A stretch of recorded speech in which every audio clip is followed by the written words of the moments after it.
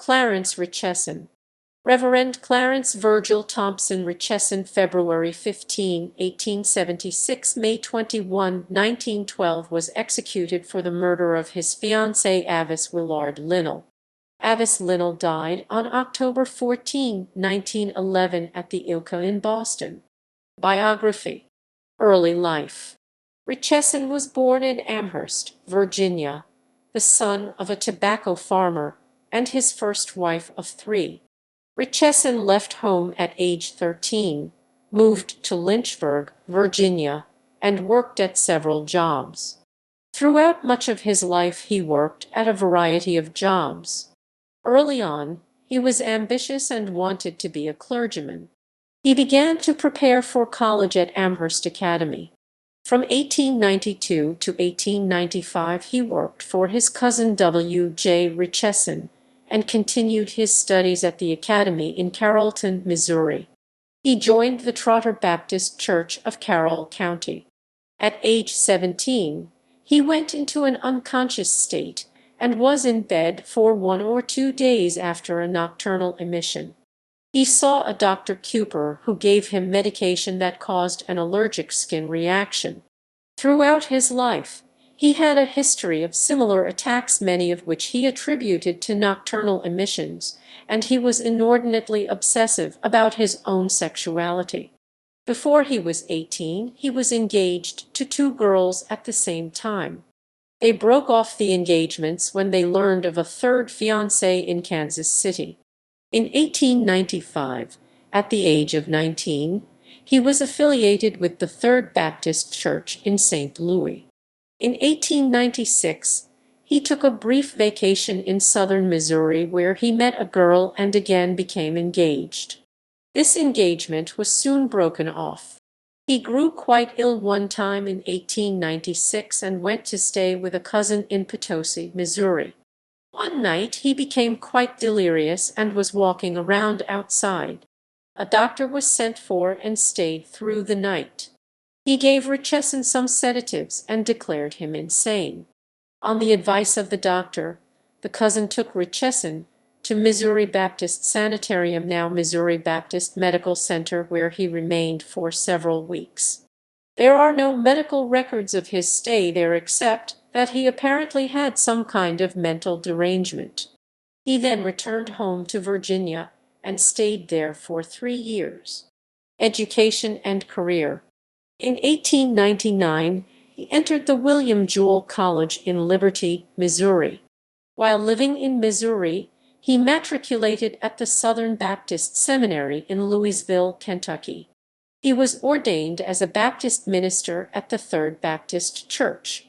As a student residing in Liberty, he became preacher at the Bud Park Baptist Church in Kansas City from 1901–1904. The trustees wrote for his resignation after he allegedly proposed to 3 girls, ending what may have been his longest preaching tenure. He also preached at a mission church at Kansas City. He was expelled from college for cheating in 1905. However, an officer of the college wrote Richeson's father that Clarence had become deranged, and they could no longer keep him as a student. Richeson entered Newton Theological Seminary, Newton, Massachusetts, in the fall of 1906, finally graduated in 1909, and took a postgraduate class in 1910.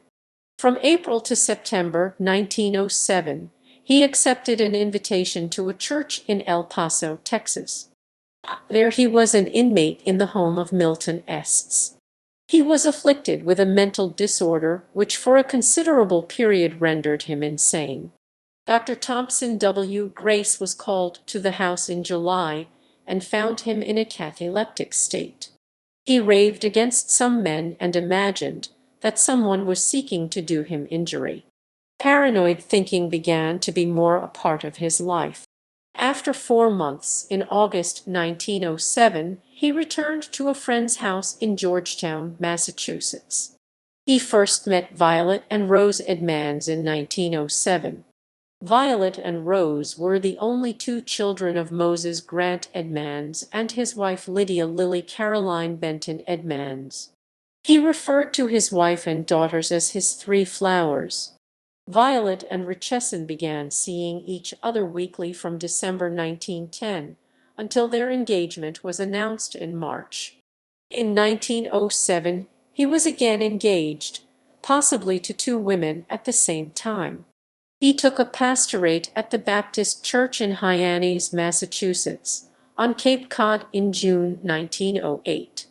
Once Dr. Ferdinand A. Binford, a member of the church, removed a callus from the Richeson's hand, and that night he was called to Richeson's boarding room. When he arrived, he found 2 or 3 members of the church restraining Richeson. He appeared at times to be partly conscious and other times to be practically unconscious, with no knowledge of what he was doing or saying. Richeson talked irrationally, raved incoherently, and physically manifested an abnormal degree of strength. The doctor gave him a shot of morphine which quieted him. In the morning he was rational but physically weak and apparently as normal as he ever was. Dr. Charles Harwood met Richeson in the summer of 1909 when, early in December, Richeson reported a robbery from his room. The state police asked Dr. Harwood to investigate the robbery because of curious circumstances. Dr. Harwood inadvertently met Richeson on a train and discussed the robbery. Dr. Harwood concluded his whole state of mind appeared insane. On a subsequent meeting with Richeson, he confirmed the impression of a man suffering from insanity. In April 1910, he resigned his pastorate after 2 years in Hyannis, having awakened considerable adverse feeling in the church. On May 20, 1910, the prominent Emmanuel Baptist Church in Newton, Massachusetts, voted to call him as minister, and he first preached there June 1, 1910. He soon met 16-year-old Avis Linnell, and on December 19, her birthday, he gave her an engagement ring. Richeson wrote a letter of resignation to the church on November 2. The church voted 30 to 15 not to accept Richeson's resignation. Relationships. One Sunday, after delivering his sermon while a preacher at the Bud Park Baptist Church in Kansas City between the year 1901 and 1904, the trustees quickly wrote for his resignation, ending what may have been his longest preaching tenure. He had assumed the position of pastor at a church in Hyannis in June 1908 when he first met Avis Linnell. Avis' mother stated that she loved him as a son. On her 17th birthday, December 19, 1908, he gave her a gold engagement ring. The engagement was announced at a small party. A Hyannis newspaper, The Patriot, published the announcement of Richeson's engagement to Violet Edmonds on March 13, 1911. Early in March, Avis' mother received a letter from her that Avis' engagement was broken off. On 1 July he returned to Hyannis for the 2 months where he resumed intimacy with Avis, who was home for the summer. July was about the time she became pregnant. The people of Hyannisport knew the engagement had been broken and assumed that the couple spending so much time together had renewed the engagement. At the end of summer, Richeson returned to his church. Avis returned to her studies in Boston and the room at the YWCA. The marriage date for Miss Edmonds was set for October 31, 1911, Reformation Day. Avis Linnell's death was 17 days before the scheduled wedding. Miss Linnell left Hyannisport in September 1910 to study at the New England Conservatory of Music. She took a room at the Boston YWCA. The date for her marriage was set for October 1910.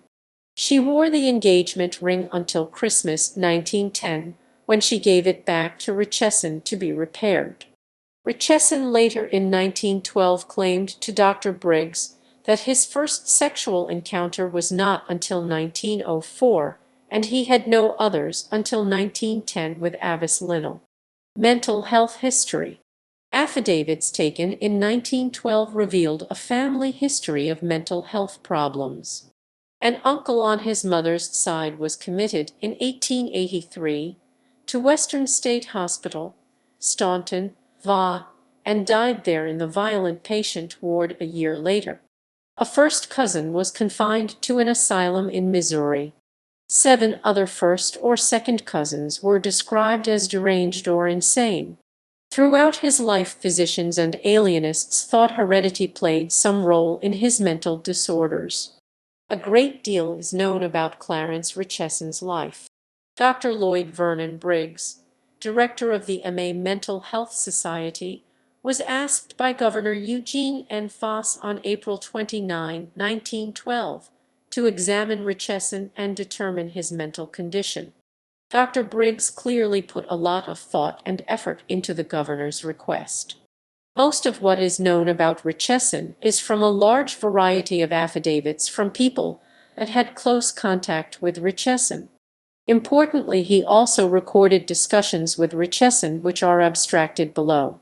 At age 3, Richeson fell down the front steps, leaving a lifetime nubble on the back of his head. This was the first of at least 5 significant traumas to the head he received during his lifetime, also affecting his physical and mental health. When he was 6, his brother struck him in the head, and he slept until the doctor arrived. That left a 21/2-inch scar. At age 7, he fell off a horse and his head struck a rock. That left a 3-inch bald spot. He had a headache and ringing in his head for the next 5 years. Also in childhood, he was hit in the head by a child holding a rock and was unconscious for 24 hours. One day in April 1911, Richeson suffered another very severe trauma to his head. As he was stepping from an elevator, the operator mistakenly started it. It was necessary to call a physician, and he was in bed for 3 days. When he got up, he dragged one of his legs when he walked. This difficulty worsened until he seemed to have lost the use of both legs and could not bear his own weight. The trouble with his legs then passed. However, on 1 May, Richeson appeared at the Edmonds house and had one of his attacks. Mrs. Edmonds went every day to Richeson's lodging house and stayed until evening from 1 May to 28 June. The evening of 18 June, a Dr. David C. Dow affidavit was called to Richeson's. The next morning, he told Mrs. Edmonds that Richeson should be committed to an institution, not necessarily an insane hospital, and I strongly advised her to put him under the care of men well versed in mental diseases. Richeson was granted a 2-month leave from his church for a mental breakdown. 9 years later, in 1921, L. Vernon Briggs, M.D., director of the Massachusetts Society for Mental Hygiene, reviewed what was known of Clarence Richeson. Dr. Briggs had previously prepared a report for Governor Eugene Foss on Richeson's condition for the governor's consideration of clemency. Governor Foss also consulted with other alienists. In The Manner of Man That Kills, he concludes that Clarence Richeson was, I think, the only man ever executed in Massachusetts without a trial. He was a victim of hysteria with delusions, hallucinations, amnesic periods, and delirium.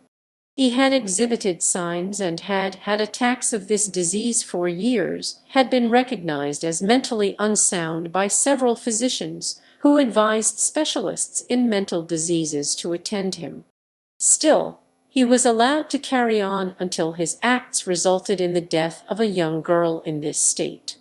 Based upon the Spencer, C. Zalgo's Richeson cases, and others, Dr. Briggs proposed several broad-ranging reforms for early recognition and management of the mentally ill before situations of this sort could arise. A contrary view was put forth by Theodore Dreiser. In 1892, he began to observe a certain type of crime in the United States that proved very common. It seemed to spring from the fact that almost every young person was possessed of an ingrown ambition to be somebody financially and socially. Fortune hunting became a disease with the frequent result of a peculiarly American kind of crime. An example is the murder of Avis Linnell. By 1919, this murder was the basis of one of two separate novels begun by Dreiser. The 1906 murder of Grace Brown by Chester Gillette eventually became the basis for an American tragedy. At some point, while a student, Richeson made an appointment with Dr. Philip C. Palmer. M.D. Richeson said, "I know you will think I am crazy, but I want you to castrate me." Dr. Palmer replied, "I am sure you must be crazy," and refused. Richeson went on to explain he was to become a minister. He did not think he could associate with women without losing control of himself. December 1901 until March 1902, he saw Dr. G. M. Phillips of St. Louis. In 1912, Dr. Phillips gave an affidavit, which is one of the most detailed insight into Richeson's health, along with Dr. Briggs' records from 1912. He complained of pains in his head, back, testes, and limbs, that he was dizzy, his memory was poor, and he was unable to concentrate mentally. He was a perfect picture and complete picture of neurasthenia sexualis. Richeson had discovered a mild varicocele, which he obsessed over and ascribed his wretched physical and mental state to it. He despaired of ever being made well again and rather courted death. Dr. Phillips recommended not removing the varicocele. However, he consented to Richeson's request and surgically removed it in January 1902. Afterwards, Richeson showed pronounced improvement and became hopeful and cheerful. Still, Dr. Phillips concluded that Richeson at this time he was not responsible for any act that was associated with his sexual organs, that such conditions as these, in my judgment, are competent to set in motion sexual manifestations to the end that all reason is overbalanced and one's acts are beyond control. Murder and execution.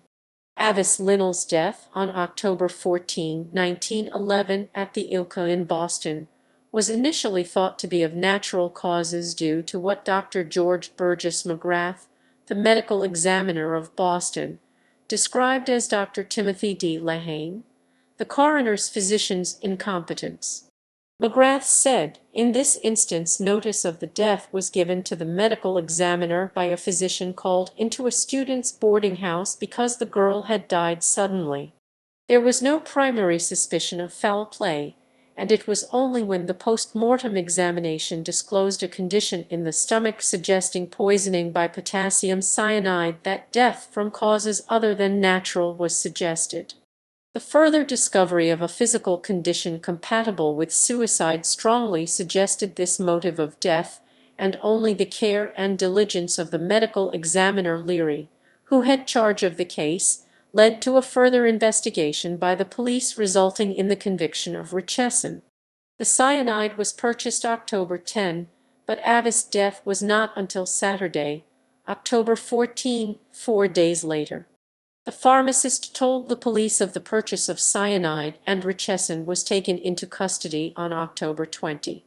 A grand jury brought an indictment on November 2 containing 5 counts: that he gave, that he sent and conveyed, that he caused the poison to be taken and swallowed, that he gave it pretending it was a medical preparation, and that he did assault and poison with intent to murder by this giving and causing to be taken.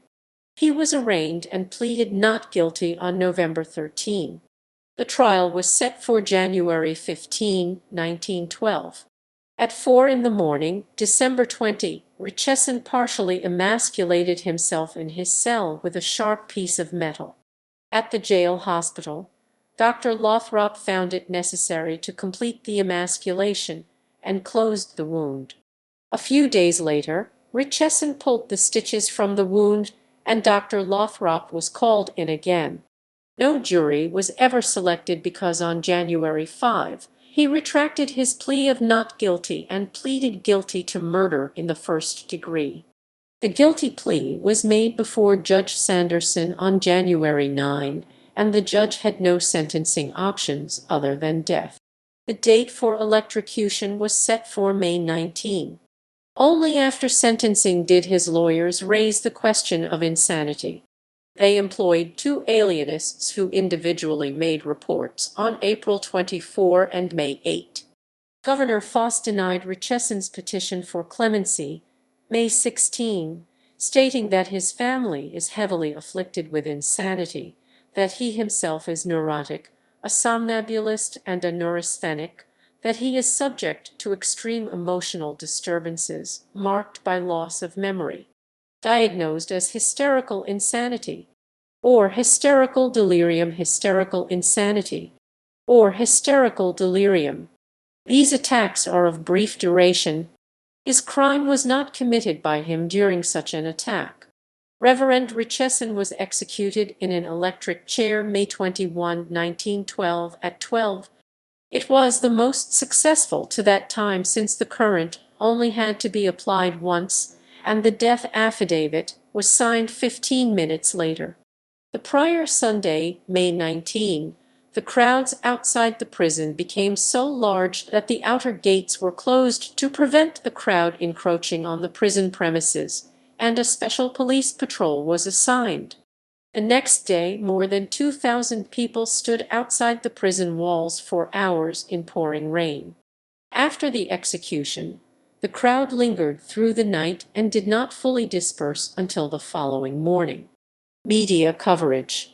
The New York Times and Boston Globe ran extensive coverage on this murder, and citations are used to complement and supplement Briggs's accounts. The New York Times also provided extensive coverage extending beyond the date of execution. The New York Daily Post reviewed the episode March 24, 2007 under the headline "Murdered by the Minister." Post-execution. Following the murder, Violet moved from Massachusetts to a settlement house in New York City. She devoted the rest of her life to settlement movement. References